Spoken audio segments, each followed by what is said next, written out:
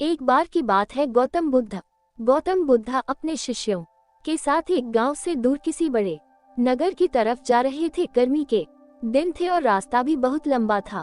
गौतम बुद्ध अपने शिष्यों सहित बहुत देर से चल रहे थे, जिस वजह से उन्हें बहुत प्यास लगती है। वहां से कुछ ही दूरी पर बरगद के वृक्ष की एक घनी छांव थी। सभी लोग उस वृक्ष के पास पहुंच जाते हैं। महात्मा बुद्ध अपने शिष्यों सहित वृक्ष की घनी छाया के नीचे विश्राम करने लगते हैं।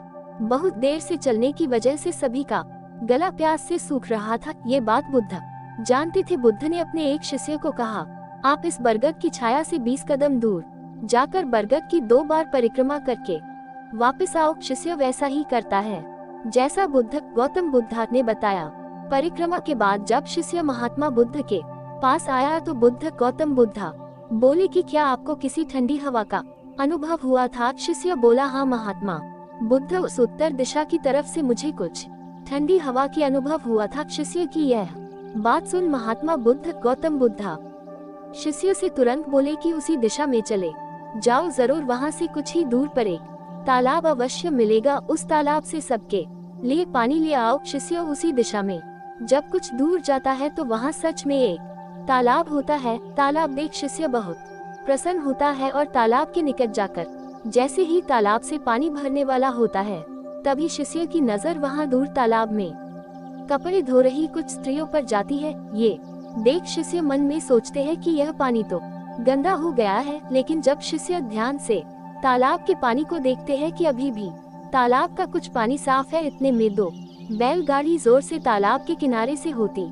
हुई निकल जाती है। बैलगाड़ी के पहिए तालाब की मिट्टी के ऊपर इतनी जोर से निकलते हैं कि तालाब के नीचे बैठी बहुत सारी मिट्टी तालाब के ऊपर आ जाती है, जिस वजह से तालाब का बचा हुआ पानी भी गंदा हो जाता है। ये देख शिष्य बिना पानी लिए क्रोध में महात्मा गौतम बुद्ध के पास वापस चला जाता है। शिष्य बड़े ही निराशा भाव से महात्मा गौतम बुद्ध को सब बात बताता है। शिष्य की बातें सुन सभी शिष्य बोलते हैं कि हमें तुरंत यहाँ से निकलना चाहिए, किसी दूसरी जगह पानी की खोज करनी चाहिए, वरना प्यास के मारे जान निकाल जाएगी।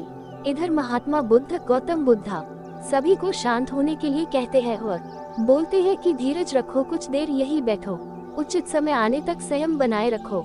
सभी महात्मा गौतम बुद्ध की बात सुनकर शांत हो जाते हैं और वहीं बैठ जाते हैं। कुछ समय बीत जाने के बाद महात्मा गौतम बुद्ध फिर से अपने शिष्य को उसी तालाब से पानी लाने के लिए कहते हैं। शिष्य बिना कोई सवाल किए उसी तालाब से पानी लेने के लिए फिर से चला जाता है। तालाब की हालत देख शिष्य को यकीन नहीं होता। तालाब का पानी पूरी तरह से साफ होता है। ये देख शिष्य बहुत खुश होता है और पानी भरकर महात्मा गौतम बुद्ध के पास जाता है। सभी पानी पीकर अपनी प्यास बुझते हैं, लेकिन अभी भी सबके मन में ये एक सवाल था कि आखिर यह चमत्कार हुआ कैसे? तालाब का सब पानी तो गंदा था। उन्हें लगा कि जरूर ये गौतम बुद्ध की शक्ति है। इनमें एक शिष्य ने ये सवाल महात्मा गौतम बुद्ध से पूछ ही लिया कि यह चमत्कार आपने कैसे किया?